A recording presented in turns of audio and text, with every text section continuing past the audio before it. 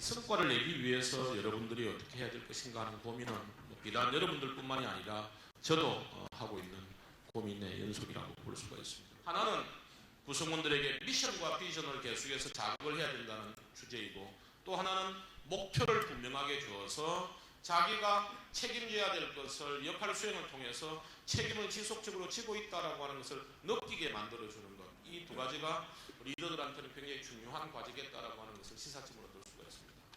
조직에 있는 구성원들 중에 일반적인 구성원들이 성과를 창출하기 위해서 본인이 가지고 있는 역량을 얼마 정도 발휘하고 있느냐, 쉽게 이야기하면 이번 주 동안 구성원들이 했던 일들을 액티비티 위주로 해서 이렇게 리스트업을 하고, 그 액티비티 중에서 실제 성과와 관련 있는 일들이 얼마 정도일까를 조사를 해보니까 보통의 사람들은 한 15% 정도, 그리고 하이 퍼포머라고 하는 사람들도 30%를 평균 넘지 않는다라고 하는 결과가 나왔습니다.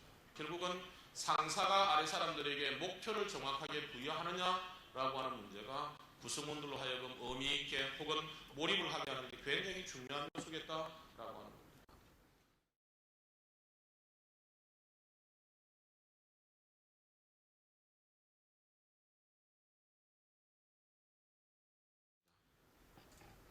성과라고 하는 것은 뭘까?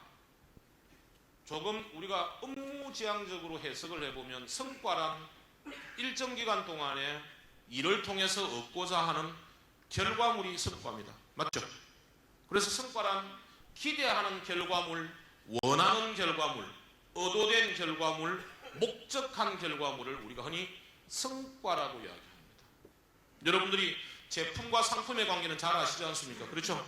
결국은 성과라고 하는 것은 우리가 목표를 설정을 하고 그 목표를 달성한 결과물, 그래서 원하는 결과물로 우리가 성과를 이야기를 하고 있지만, 본질적인 측면에서 성과라고 하는 것은 내가 회사로부터 받고 있는 연봉에 대한 대가가 성과다, 이렇게 우리는 정리를 할 수 있을 겁니다. 우리가 여러분들이 아무리 좋은 아웃풋을 내놓는다고 하더라도 시장에서 구매자가 구매하지 않으면 매출이 일어납니까? 안 일어납니까? 마찬가지 이치입니다. 결국은 팔릴 물건을 만들어야 되는 거죠. 구성원들도 마찬가지입니다. 일을 하더라도 내 고객인 상사가 원하는 결과물을 만들어내야지 내가 생각할 때 좋다라고 하는 결과물은 의미가 없다라고 하는 것이죠. 그런 관점에서 우리가 성과를 한번 보자. 그래서 성과라고 하는 것은 여러 가지 의미로 해석을 하겠지만, 성과란 일을 하기 전에 내가 원하는 결과물이 무엇인지를 정해놓고 그 원하는 결과물을 일정 기간 내에 이루어내는 것이 성과고, 성과란 회사와 거래하는 상품이 바로 성과다. 이 두 가지 관점을 가지고서 우리는 성과를 갖다가 한번 보도록 합시다.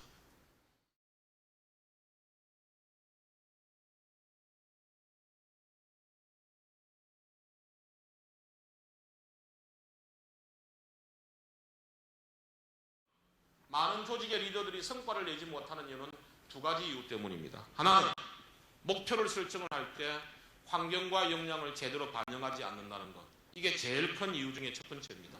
두 번째는 오늘의 메인이지만 목표가 달성이 된 모습을 정확하게 알지를 못합니다. 이게 제일 큰 두 가지 이유입니다.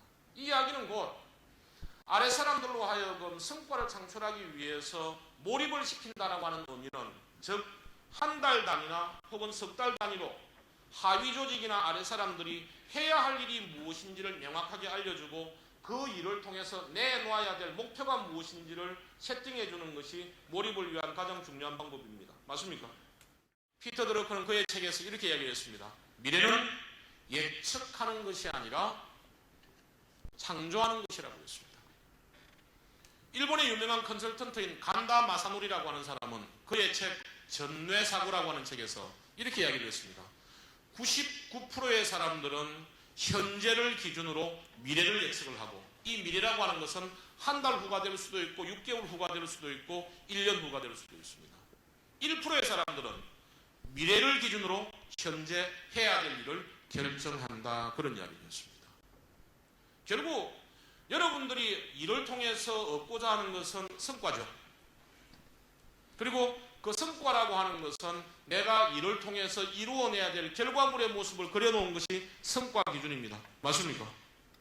그런데 그 성과 기준을 우리가 일을 하기 전에 알고 있느냐 모르고 있느냐는 구성원들로 하여금 무슨 일을 해야 되느냐를 결정하는 데 굉장히 중요한 역할을 할 수가 있습니다.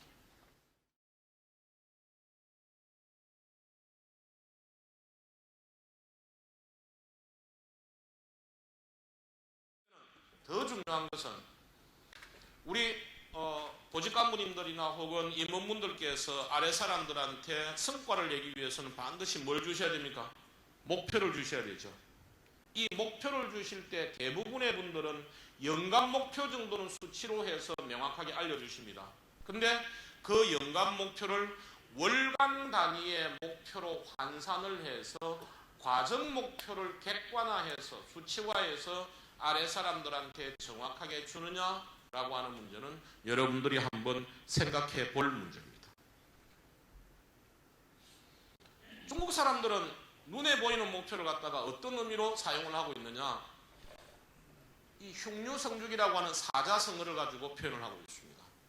이 흉자가 가슴 흉자죠. 우리가 흉부외과 할 때 그 흉자입니다.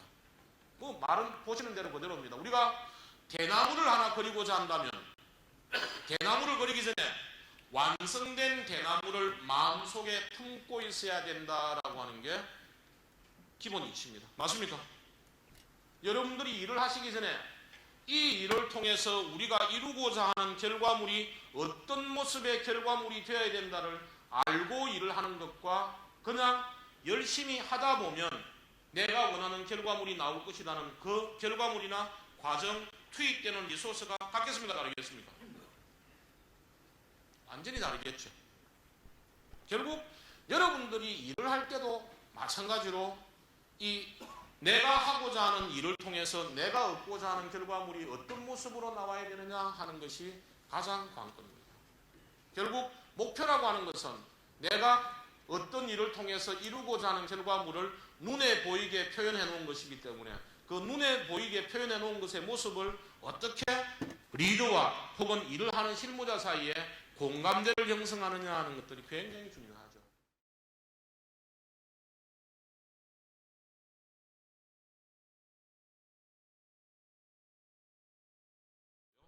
모든 사람들이 천국에 가고 싶어 하지만 아무도 죽기를 원하지 않는다.